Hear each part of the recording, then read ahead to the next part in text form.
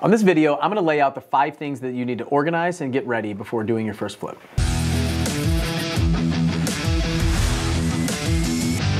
Hey, what's up? I'm Bill Allen, a military pilot turned full-time real estate investor, and I built this channel to try to help you think for yourself and do some real estate deals, flips, wholesales, all that stuff. So I've flipped and wholesaled over 850 houses in the past 5 or 6 years, and I want to show you how to do the same thing. But it starts with your first one, and that's what I want to talk about on this video. I went back in time to my first flip, and I was trying to figure out what were the things that I needed to know and understand, and who did I lean on, and what did I use? So I get questions like, do I need my last 3 years tax returns set up, and what do my tax returns need to be like? Do I need to get a pre-approval from a lender? Do I need to know a contractor and know a bunch of contractors, or know a bunch about the rehab costs? Do I need to have a survey of property? Do I need to have my money, connections, like all of these questions that come up, a lender, all this stuff. So what I want to do is I want to talk about the 5 things that I think you need to have lined up ahead of time. And they're probably not going to be what you think. So I have so many people that come to me and it's like, oh, I need all this stuff in order. You actually don't. You just need these 5 things, and I think you just jump right in and get going. So the first one is a strategy and a game plan for your flips. So this is your first flip, your first deal. What's your strategy? What's your game plan? Is it you want to be in the first and second time home buyer range, the median home price, or are you going to do real luxury flips, like real high-end flips? And is that what your first flip's going to be? Is it going to be a smaller type rental property? Are you looking to buy a property, fix it up, and rent it out? So knowing your strategy, game plan, exit, all that stuff is important. My recommendation for most of you, unless you have a lot of experience in the high-end houses, maybe you were an interior designer before or a high-end real estate broker, I would recommend you stay around the median home price. So the average home price in your area, there's huge demand there, lots of buyers, very hungry buyers in there, lots of viewings, lots of offers, and that's a great sweet spot. And it gives you some opportunity to not lose a bunch of money. The high-end houses, there's very big swings in price, less demand, whereas first-time home buyer area, lots of demand, great place. So have a strategy going into it is number 1. All right, number 2. Have a connection with a realtor or somebody that can help you with valuation. My first flip, I was working with a realtor. I really enjoyed working with her. She was really hungry. I was really hungry flipper. She was a hungry realtor, and we worked well together. But she would run comps on a lot of the properties and give me an idea of resale value. She wanted the listing on the back end, and she wanted to help me find a property on the front end so she could double end the closings, so you can make money on both sides. So she was money motivated to run the comps and the numbers on that house. So I would highly recommend for number 2, you get a connection with a realtor, and not just a huge realtor that's doing a lot of business, but somebody who's hungry, who's might be just getting started or is kind of up and coming or works with other investors in flips. So find a realtor that can help you with after repair value and valuations to give you an idea of what you can sell the property for. If you have a real estate license, it might be you. All right, number 3, and this one is massively important. For me, I put this off a really long time, I feel like, and it cost me hundreds of thousands of dollars because I was stubborn. That is finding a guide or a mentor to help you understand what you're doing. This was huge for me. I did not invest in myself. I didn't want to spend any money or any time finding a mentor. I didn't want to trust anybody. I just do it all myself. I need to figure it all out myself.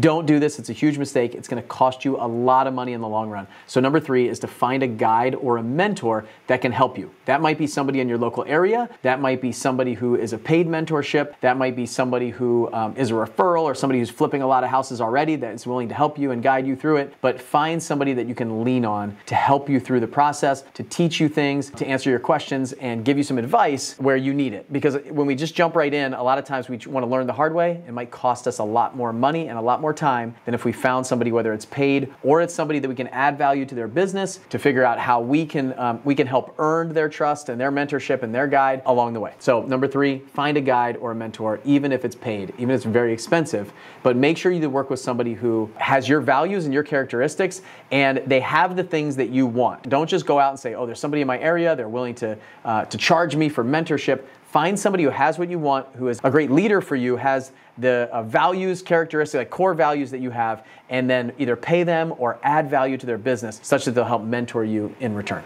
Number 4, find a group and a place to ask questions. So it kind of goes along with number 3, but this is a peer-to-peer network where you can jump in and ask questions and get advice from people that can help you along the way. So this could be a Facebook group, a website, like a blog post type websites where there's a chat area where people are jumping in and answering questions. Just know that free advice is worth just that. what you paid for it, okay? So just be careful. There's a lot of people out there that are giving bad advice, bad free advice that's actually gonna cost you a lot of money. So free advice could cost you a lot more than paid advice. But have a place that you can go, a peer-to-peer network where you're asking questions.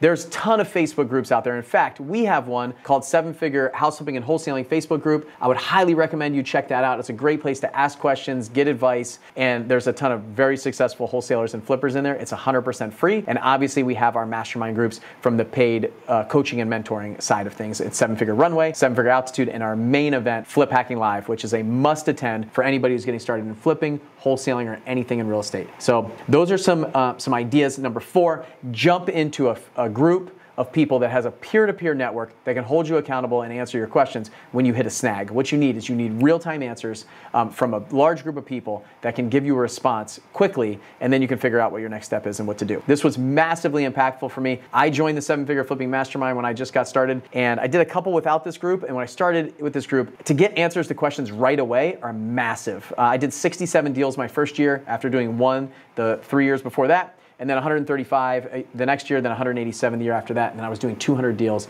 every single year after that. So that was because I had a peer-to-peer network and I had a mentor. So those two are really important as you get started. All right, number 5, and this is my last one, but possibly the most important.